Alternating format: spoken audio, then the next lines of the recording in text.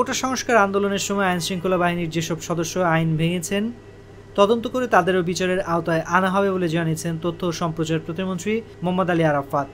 বৃহস্পতিবার সচিবালয়ে তথ্য ও সম্প্রচার মন্ত্রণালয়ের সম্মেলন কক্ষে প্রেস ব্রিফিংয়ে তিনি এ কথা বলেন। মোহাম্মদ আলী আরাফাত বলেন, আইনশৃঙ্খলা বাহিনীকে পুলিশ, র্যাব, বিজিবি ও অন্যান্য যারা আছেন কাউকেই গুলি করার পারমিশন দেওয়া ছিল না। সংবিধান ও আইনের অধীনে তাদের কাজ করতে হয়েছে, তাই বলে আমি এটা অস্বীকার করছি না ক্ষেত্রবিশেষে কেউ আইন ভাঙেনি। অন দ্য গ্রাউন্ডে আমরা এটা তদন্ত করে তাদেরও বিচারের আওতায় আনব।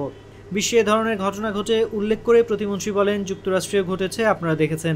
আইন শৃঙ্খলা বাহিনীর অনেকেই আইন ভেঙে ফেলে, সরকার থেকে তো তাদের আইন ভাঙার নির্দেশ দেওয়া হয় না, কিন্তু তারা এই ঘটনা ঘটিয়ে ফেলে। আমাদের দায়িত্ব হলো যারা আইন ভেঙেছে, অন্যায় করেছে তদন্ত করে তাদের বিচারের মুখোমুখি করব। তথ্য ও সম্প্রচার প্রতিমন্ত্রী বলেন, সহিংসতায় যা হয়েছে সেটা দেশ জাতির জন্য, বিশেষ করে ক্ষতিগ্রস্ত পরিবারের জন্য খুবই দুঃখজনক। এ হতাহতের জন্য দুঃখ প্রকাশ করছি, নিন্দা জানাচ্ছি। প্রধানমন্ত্রীর ঘোষণা অনুযায়ী বিচার বিভাগীয় তদন্ত কমিশন গঠিত হয়েছে। তারা স্বাধীনভাবে প্রতিটি হতাহতের ঘটনার তদন্ত করে এজন্য দায়ী ব্যক্তিদের আইনের আওতায় আনা হবে।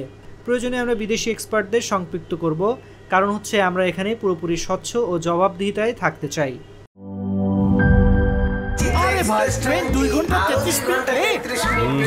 3 ঘন্টা 33 মিনিট। শোনেন, আপনি একটা ডিস্টার্ব। আরো 4 ঘন্টা 33 মিনিট। আরো 4 ঘন্টা, এটা কোনো কথা?